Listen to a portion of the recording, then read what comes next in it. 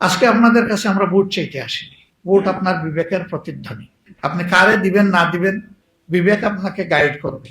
কিন্তু আমরা একটা সুস্থ সমাজের জন্য, একটা হেলদি সোসাইটির জন্য, একটা জাস্ট সোসাইটি যেটা সামাজিক সুবিচারের উপরে প্রতিষ্ঠিত হবে, এরকম একটা সোসাইটির জন্য আমরা সবাই মিলেমিশে কাজ করতে চাই।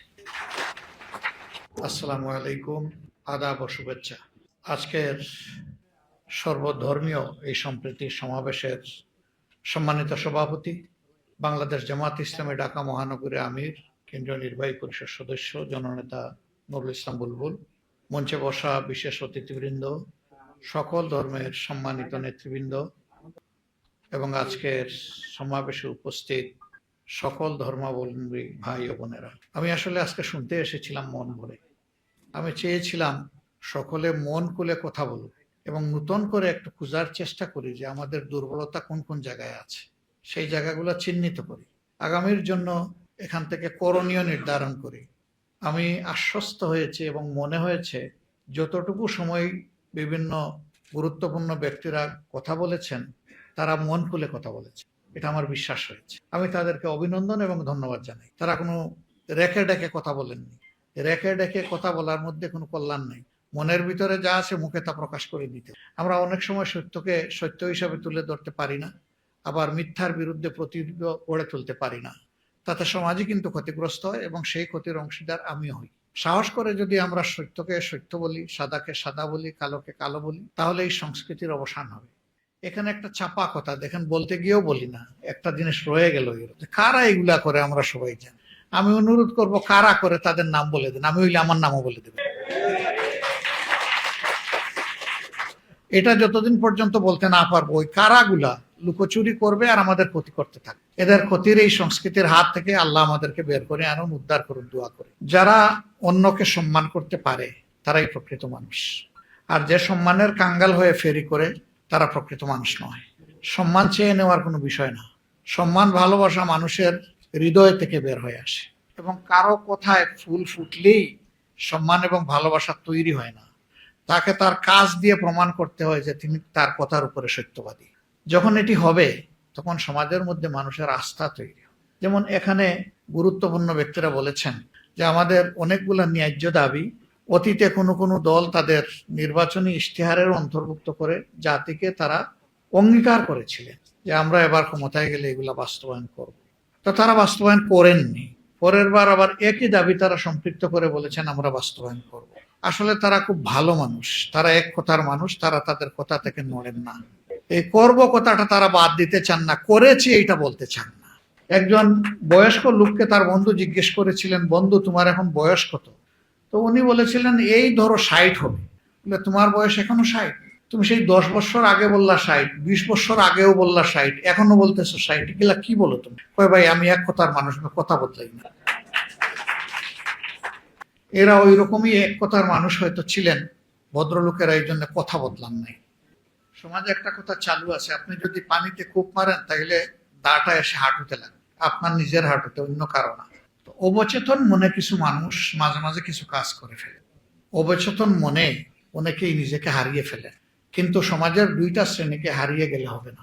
একটা শ্রেণী হচ্ছে যারা রাজনীতি করেন, আর একটা শ্রেণী এই যে ক্যামেরা নিয়ে হাজির আছে। এই দুই শ্রেণীকে সমাজকে দেখতে হবে চতুর্দিক থেকে, নইলে তারা সমাজের উপরে সুবিচার করতে পারবেন না, ইনসাফ করতে পারবেন না। তারা যদি একদিক থেকে দেখেন, 3 দিক তাদের দৃশ্যের বাইরে থেকে যাবে। রাজনীতিবিদরা 4 দিক থেকে দেখার দাবি করেন, কিন্তু অনেকেই 4 দিক থেকে দেখেন না। তারা একদিক দেখেন, সেই দিকটা হচ্ছে নিজের দিক।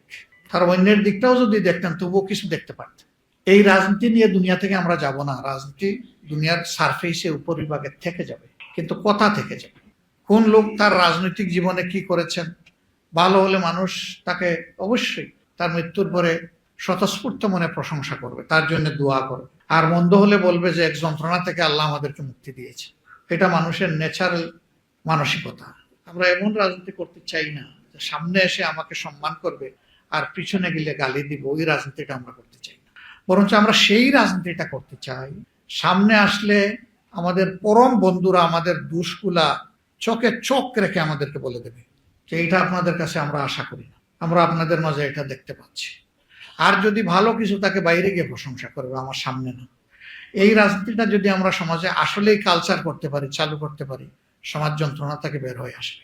এখন আমরা অনেককেই সামনাসামনি প্রশংসা করি, কিন্তু আসলে অন্তর থেকে তাকে ভালোবাসি না।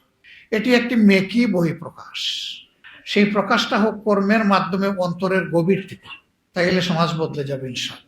আমি কেবল মাগুরা থেকে অনুরূপ আরেকটা হৃদয় বিদারক ঘটনা ভিজিট করে ফিরছিলাম। রাস্তায় হঠাৎ করে কোনো মেইন স্ট্রিম মিডিয়া নাই, এই খবরটা মেইন স্ট্রিম মিডিয়া আসলোই না, যেন এরা মানুষই না।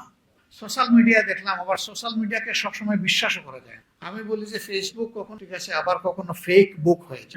মিথ্যা সংবাদ দিয়ে মানুষকে বিভ্রান্ত করে এরকম বহু খবর চলে আসে, এমনকি সুপার এডিট করে মানুষকে একেবারে জবাই করে দেওয়া হয়, সেটাও আসে। তো দেখলাম যে এরকম একটা ঘটনা বরগুনায় ঘটেছে। ৫ম শ্রেণীর একজন ছাত্রী, তার উপরে অত্যাচার করা হয়েছে। বাবা তার প্রতিকার চেয়ে থানায় মামলা করেছে।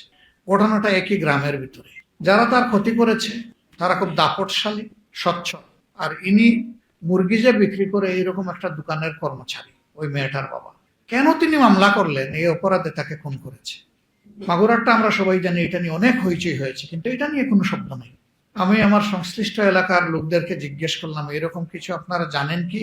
তারা বললেন যে আমরা শুনেছি। আমি বললাম গো এট ওয়ান্স, আমাকে খবর জানান কি হয়েছে সেটা।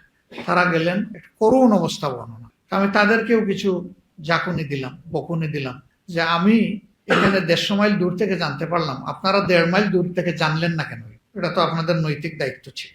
এবার আমি পরের দিন ওইদিকে রওনা দিলাম। আমার কিছু কাজ ছিল, সেটা স্থগিত রেখে আমি গেলাম। আমি যাওয়ার আগে সাংবাদিক বন্ধুরা তারা বাড়ির উঠান নিজেদের দখলে নিয়ে নিছে। আমি গিয়ে হাত জোর করে বললাম, একটা মেয়ের ইজ্জত ক্ষতিগ্রস্ত হয়েছে, তার বাবা নির্মম ভাবে নিহত হয়েছে। আমি হাত জুড়ে আপনাদেরকে অনুরোধ করি, আপনারা সামনের রাস্তায় যান। আমি এইখানে আপনাদের সাথে কথা বলে আপনাদেরকে কষ্ট দেব না। আর এই পরিবারের ইজ্জতে আরেকটা পালক সেখানে যোগ হোক, এটা আমি চাইব না, বেইজ্জতের পালক। আপনারা মেহরবানি করে আমাকে সাহায্য করেন। আমি ধন্যবাদ জানাই। আর বেশি বলতে হয়নি, তারা সবাই চলে গেছে। আমি ঘরের ভিতরে যখন ঢুকি, 2 জন সঙ্গীকে সাথে নিয়ে ঢুকছি, বাকিদেরকে আমি এলাও করি নাই। আমি বলেছি প্রত্যেকটা মানুষের ইজ্জতের বিষয় আছে, আমি তাদেরকে মানুষের মুখোমুখি করতে চাই না। আমিও যদি উপস্থিত না হয়ে কাজটা করতে পারতাম, সেটি আমার কাছে সম্মানের হতো, ভালো লাগতো, কিন্তু এটা সম্ভব না। আমাকে তাদের অবস্থাটা অ্যাসেস করার জন্য যেতে হবে। একটা পর্যায়ে মাত্র একজন সঙ্গী রেখে আমি দ্বিতীয় জনকে বলছি আপনিও চলে যান। তাদের কথাবার্তা শুনলাম, দেখলাম, ঘর দুয়ার অ্যাসেস করলাম, প্রত্যেকটা রুমে ঢুকলাম তাদের অনুমতি নিয়ে একটা একটা করে। তারপরে আমার করণীয়টা আমি ঠিক করলাম, ওখানে দাঁড়িয়ে যে আমার কি করণীয়, আমার প্রিয় সংগঠনের কি করণীয়। তো মহিলা বিলাপ করতেছিলেন, যিনি বিধবা হয়েছেন, নির্যাতিত মেয়েটির মা। তিনি তার মেয়েটিকে আমার সামনে আনতে চাইলেন। আমি বললাম প্লিজ তাকে আমার সামনে আনবেন। এটি তার বড় মেয়ে, 3.5 বছর, আর একটা কুলের শিশু 2.5 মাস। যিনি মারা গেছেন তার বৃদ্ধ মা আছেন। মা কাঁদতেছেন একদিকে, আর বিধবা যিনি তিনি কাঁদতেছেন আর। আসলে তো তাদেরকে সান্ত্বনা দেওয়ার কোনো ভাষা নেই। তারপরে ছোট বাচ্চাকে নিয়ে বললাম যে এটা আমার দিয়ে দেন। তার বাবা তো নাই, আরে পালবে কে? মহিলা বললেন আপনি নিয়ে গেলে খুশি হব। 2.5 মাসের বাচ্চা, আমি কিভাবে এই বাচ্চা পালবো? বাকি 2টাকে কিভাবে? আমি কুলে নিয়ে বললাম বাচ্চা আমি নিলাম, আবার আপনার কাছে আমি আমানত রেখে গেলাম। আমাদের পক্ষ থেকে এই বাচ্চাকে আপনি লালন পোষণ করবেন। এই বাচ্চা আপনার বাকি 2 বাচ্চা, এটা যেহেতু সর্বকনিষ্ঠ, সে যতটুকু লেখাপড়া করতে চায়, পূর্ণ বয়স্ক না হওয়া পর্যন্ত, তার বিবাহ হওয়া পর্যন্ত আপনার পরিবারের দায়িত্ব আমরা নিলাম। শুধু দোয়া করবেন আমরা যেন এই সিদ্ধান্ত বাস্তবায়নে কখনো কোনো কমতি না করি। আমি তাদের মাসিক আয় কি ছিল সর্বসাকুল্যে এটাও জানার চেষ্টা করেছি। একটা পরিমাণ অর্থ দিয়ে বলেছি এটি 3 মাসের, এটা আপনার হাতে রাখেন। 3 মাস পরে প্রতি মাসের 1ম তারিখ আপনাদেরকে আমাদের লোকেরা পৌঁছে যাবে এবং আমাদের দায়িত্ব আমরা পালন করব। এরকম কয়টা পরিবারের দায়িত্ব আমরা নিতে পারবো, আর কয়টা পরিবারের খোঁজখবর আমরা জানি? আমরা তো ওই সংস্কৃতির বিকাশ নয়, বিনাশ চাই। কয়টা মন্দির, কয়টা মঠ, কয়টা চার্চ আমরা পাহারা দিতে পারবো এবং কতদিন পারবো? আমরা এই সংস্কৃতিটা মাটির নিচে চলে যাক সেটা চাই। এই দেশে আমি জন্মগ্রহণ করার কারণে, আমি একজন মুসলমান হওয়ার কারণে যদি আমার মসজিদ পাহারা দেওয়া না লাগে, তাহলে কেন মঠ, চার্চ এবং মন্দির পাহারা দেওয়া লাগবে? আমরা এই সংস্কৃতি দেখতেই চাই। হ্যাঁ, আমরা সরকারে নই, কিন্তু আমরা তো একটা দায়িত্বশীল সংগঠন। সরকারে না গিয়ে আমাদের পক্ষে যতটুকু সম্ভব তার সর্বোচ্চটা আমরা করতে প্রতিশ্রুতিবদ্ধ। আর যদি জনগণের ভালোবাসা, সমর্থনে, আস্থায় কোনোদিন এই সংগঠন যায়, তাহলে এটি হবে আমাদের রাষ্ট্রীয় পবিত্র দায়িত্ব। চেষ্টা করি যা বুঝি সেটা বলা, যেটা বুঝি না এটা বলিও না, আর যা বলি চেষ্টা করি এটা করার, যা পারবো না এটা বলতে চাই না। এখানে সঙ্গত অনেকগুলা দাবি সন্তোষদা বলেছেন আর অনেকেই বলেছেন, আমি তাদেরকে রেসপেক্ট করি, কিন্তু এখানে দাঁড়িয়ে আমি সব দাবি না দেখে না বুঝে না স্টাডি করে আজকে যদি বলি যে সবগুলাতে হ্যাঁ, তাহলে আমার মিথ্যাবাদী হওয়ার আশঙ্কা আছে। এগুলা পরখ করে দেখে দেশ রাষ্ট্র আপনাদের সকলের আমাদের সকলের বিষয়গুলা সামনে রেখে যেগুলা সঙ্গত এগুলা বলি আর না বলি, যখনই সুযোগ পাবো কি সরকারি আর কি বিরোধী দল এটা আমার কাছে ম্যাটেরিয়াল। যেখানে আমাদের সামর্থ্য থাকবে সেখানে আমাদের চেষ্টা করা কর্তব্য আমরা করব। তবে হ্যাঁ, সরকারে গেলে তখন প্রশাসনিক ব্যবস্থার মাধ্যমে এটা নিশ্চিত করার সুযোগ হয়, আর না গেলে এটা কল্যাণধর্মী কিছু কাজের মধ্যে সীমাবদ্ধ থাকে, কিছু প্রতিবাদ কিছু বিরোধিতার মধ্যে সীমাবদ্ধ থাকে। কিন্তু নির্মূলের কাজটা, অসৎ কর্ম অপকর্ম নির্মূলের কাজটা সরকার ছাড়া চাইলেও সমাজের নির্দিষ্ট কোনো অংশ করতে পারবে না, এটা ইম্পসিবল। আজকে আপনাদের কাছে আমরা ভোট চাইতে আসিনি, ভোট আপনার বিবেকের প্রতিধ্বনি। আপনি কারে দিবেন না দিবেন বিবেক আপনাকে গাইড করবে, কিন্তু আমরা একটা সুস্থ সমাজের জন্য, একটা হেলদি সোসাইটির জন্য, একটা জাস্ট সোসাইটি যেটা সামাজিক সুবিচারের উপরে প্রতিষ্ঠিত হবে, এরকম একটা সোসাইটির জন্য আমরা সবাই মিলেমিশে কাজ করতে চাই। এই জায়গাটায় আপনাদের সহযোগিতা আমাদের বড়ই প্রয়োজন। অনেকে বলেছেন আমরা কারো করুণা নিতে চাই না, আমি বলি নিতে চাই, শুধু একজনের যিনি স্রষ্টা, আর কারো না। স্রষ্টা ছাড়া কারো করুণার পাত্র হতে চাই।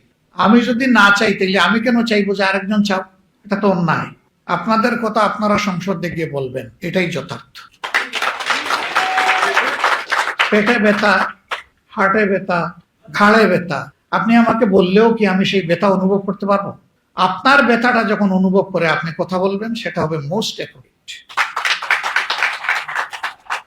আমরা বিশ্বাস করি এটি একটা ফুলের বাগান আমাদের প্রিয় বাংলাদেশ। যদি এক জাতের ফুল কোনো জায়গায় লাগানো হয় মানুষ বলে যে ফুল চাষ করেছে, আর যদি বিভিন্ন জাতের ফুল থাকে মানুষ বলে বাগান গড়ে তুলেছে। আমরা সেই চাষে নয় বাগানে বিশ্বাসী। আমরা আমাদের ফুলের বাগান কোনো বুতুম পেঁচা আর নষ্ট করুক, এটা আমরা চাই না। এই বাগান পাহারা দেওয়ার দায়িত্ব আমাদের সবার। আমি জামাতে ইসলামের পক্ষ থেকে আশ্বাস নয় আহ্বান জানাচ্ছি, আসুন আগামীতে যদি পছন্দ করেন তাহলে জামাতে ইসলামের ব্যানারেই আপনারা নির্বাচনের জন্য তৈরি হন। জামাতে ইসলামের ক্যান্ডিডেট হিসাবে আমরা আপনাকে আপনার সাথে হয়ে জনগণের কাছে নিয়ে যাব।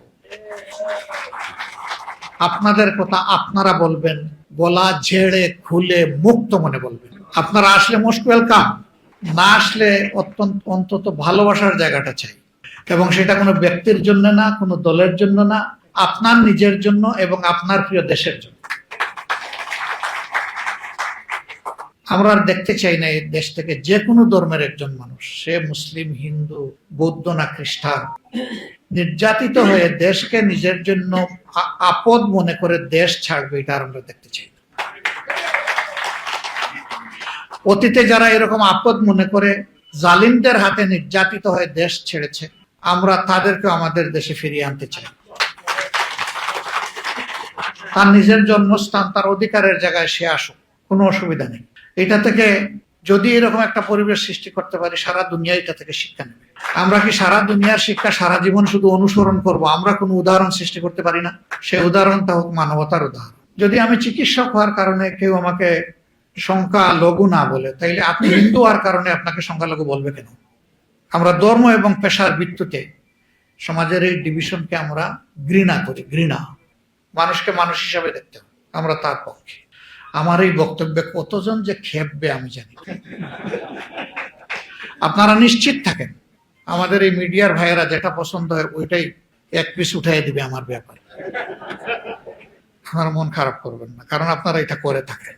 তখন দেখবেন যে আমার দিকে তীর, নেজা, বললম, বর্ম, খঞ্জর সব চলে আসছে।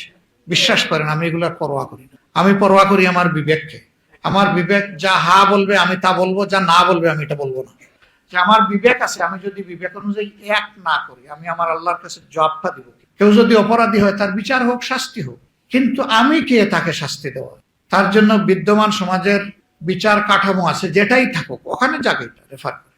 মবকে আমি এলাও করব না।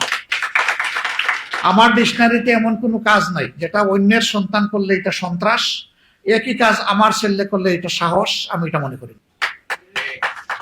আমার ছেলে যদি একই কাজ করে সেও সন্ত্রাসী, কিন্তু আমি একই বিষয়কে দুইভাবে দেখব, এটার নাম সুবিচার নয়। বাংলাদেশ জামাত ইসলামী সেই মানবিক সমাজের জন্য লড়াই করছে। যদি আমাদের কাজের সাথে কথার মিল দেখেন, আমরা আপনাদের সহযোগিতা চাই, কিন্তু কাজের সাথে যদি কথার মিল না দেখেন, আপনারা আমাদের কাছেও আসবেন, আমাদের কাছেও আপনারা আসবেন, বরঞ্চ আসার আগে আমাদেরকে আঙ্গুল দিয়ে ইন্ডেক্স ফিঙ্গার পয়েন্ট করে বলবেন আপনি বলেছিলেন এই করছেন। এই সহযোগিতা আপনাদের কাছ থেকে আমরা চাই। পারবেন না?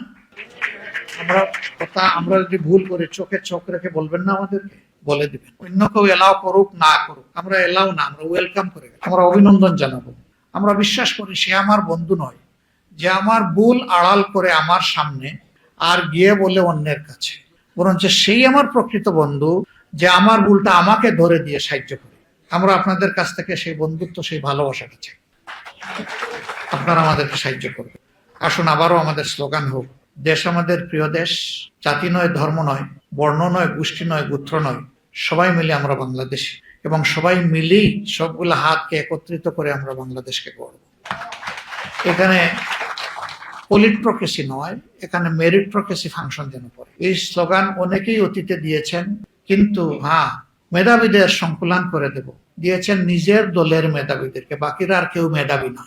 এখানে দল ধর্মের ঊর্ধ্বে উঠে মেধাও যেন ইনসাফের ভিত্তিতে নির্ধারিত হয়, যেটা অনেকে আফসোস করে গেছেন। কোনো আমলেই ডিসক্রিমিনেশন হোক, এটা আমরা চাই না। আমরা চাই যে ডিসপেরিটির এগেনস্টে পেরিটিটা এস্টাবলিশ হোক আমাদের সমাজে। আপনারা কষ্ট করে এসেছেন, মন ভরে কথা বলেছেন, দীর্ঘক্ষণ বসে কথাও শুনেছেন। আমি আয়োজকদের পক্ষ থেকে, আমাদের প্রিয় সংগঠনের পক্ষ থেকে আপনাদেরকে অভিনন্দন জানাই, কৃতজ্ঞতা জানাই। ভবিষ্যতে যেন আপনাদের ডাকে আমি সাড়া দিতে পারি, আমার দল সাড়া দিতে পারে, এবং আমাদের পাশেও যেন ন্যায্য কাজে আপনারা দাঁড়াতে পারেন, সেই আশাবাদ ব্যক্ত করে আমার কথা এখানে শেষ করছি। আল্লাহ হাফিজ। বাংলাদেশ জিন্দাবাদ। সকলের নিরাপদ দেশ হোক আমাদের প্রিয় বাংলাদেশ।